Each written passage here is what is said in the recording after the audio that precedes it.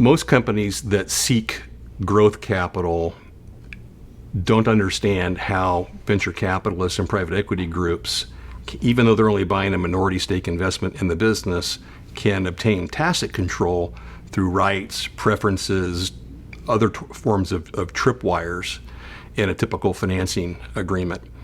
And so if what you care about is raising growth capital from outside investors, but only from investors that don't seek to control the company and its culture, this is a very clarifying transaction that I'm going to draw out for you. I think you'll find it very, very interesting.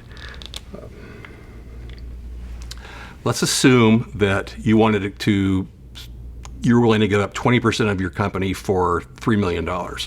So you've got your corp here. You've got the ESOP down here. You've got your shareholders here. And you've got your capital provider over here.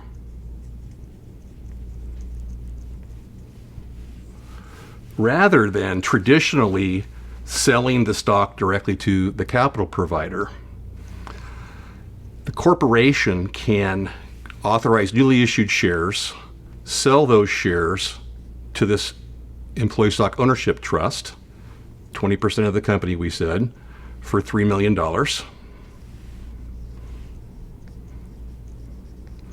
Where does the ESOP get the $3 million? The capital provider, rather than buying the stock directly from the corporation and then getting board seats and control, lends the money to the ESOP. That's the source of the $3 million that is used to buy the newly issued shares. That gets the $3 million of growth capital up onto the balance sheet of the company. And the result of this is the employees are now going to vest into 20% of the stock of the company at no cost to them.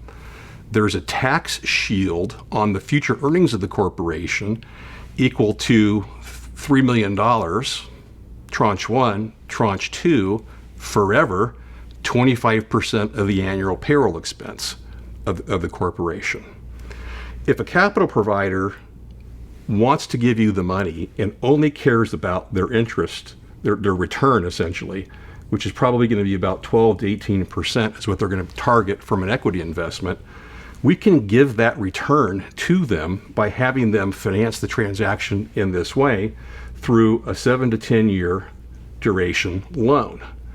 The interest rate is custom, so whatever makes the most amount of sense for the business, and then there are cashless warrants associated with the loan to the tune of 20 to 30% of the company.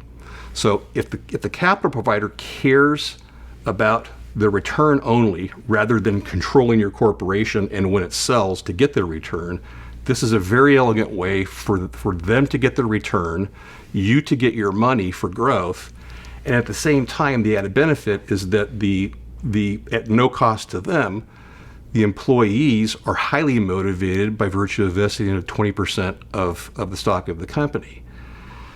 This tax shield is permanent, so your cash flow is stronger than your competitors by virtue of that tax shield forever. You have, anytime selling shareholders are interested in liquidity, you've got a built-in mechanism for that by virtue of the ESOP. And the added benefit is that if you ever want to go do acquisitions, if the acquisition target sells to your ESOP that you've established, they can pay no tax on the sale proceeds that you provide them. Overarching all of this, the coolest thing is that this allows the board to retain control of the BAM forever, no matter how much stock is in this ESOP, which means we can control the independence. We're perpetuating the independence, the culture, and the ministry impact and outcomes of the BAM.